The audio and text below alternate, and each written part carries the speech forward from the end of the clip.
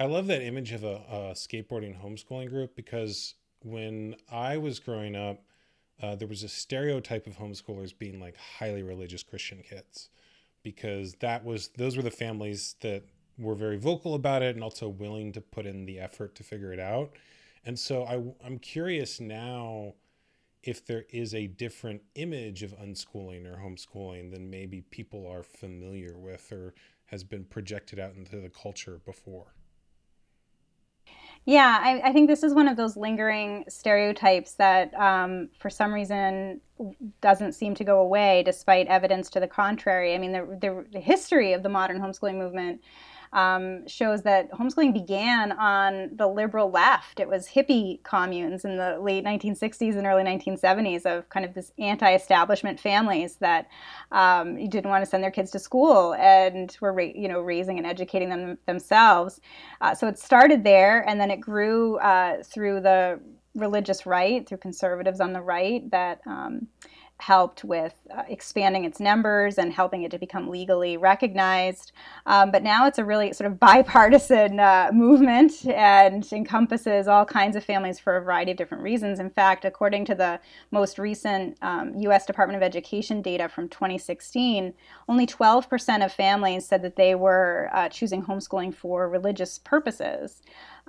So the number one motivator for homeschooling families today is concern about the environment of other schools, including safety, drugs, and negative peer pressure. Again, that's according to US Department of Education data.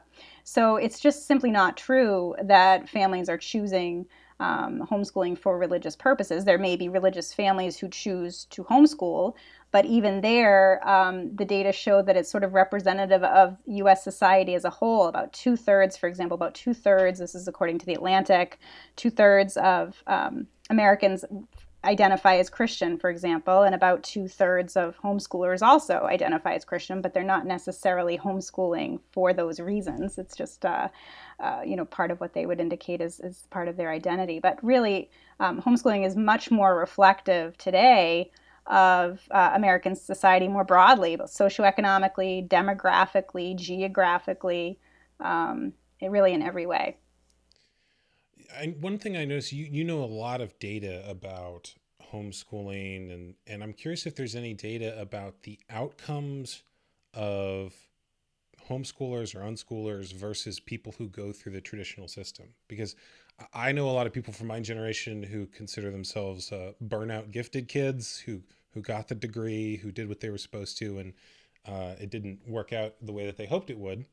And at the same time, people have this idea, oh, these homeschool kids, like, where are they going to be without socialization? And all the people I knew who went that route turned out pretty fine. So I'm curious, is there data that shows the difference in outcome between homeschool and public education? There is, yeah, there is. The most recent and some of the most robust data is a literature review by Lindsay Burke at the Heritage Foundation, where she found that there are positive outcomes for homeschooled kids compared to their schooled peers. She says a lot of that could be due to parental involvement in education, which we know is a factor of education success, regardless of where a child is educated, whether it's in a conventional school or not. But certainly, by definition, homeschooling would entail a lot more parental involvement, and that leads to positive outcomes for children, regardless of kind of the homeschooling approach a particular family takes. Now, for unschoolers specifically, Peter Gray wrote the foreword to my unschooled book. He's a psychology professor at Boston College. He wrote the book Free to Learn and is a big advocate of unschooling and self-directed education. He and his colleague Gina Riley did a survey of grown unschoolers and found that they had, great success in adulthood, that they were often, again, given a lot of freedom and flexibility in their learning during their childhood and adolescence.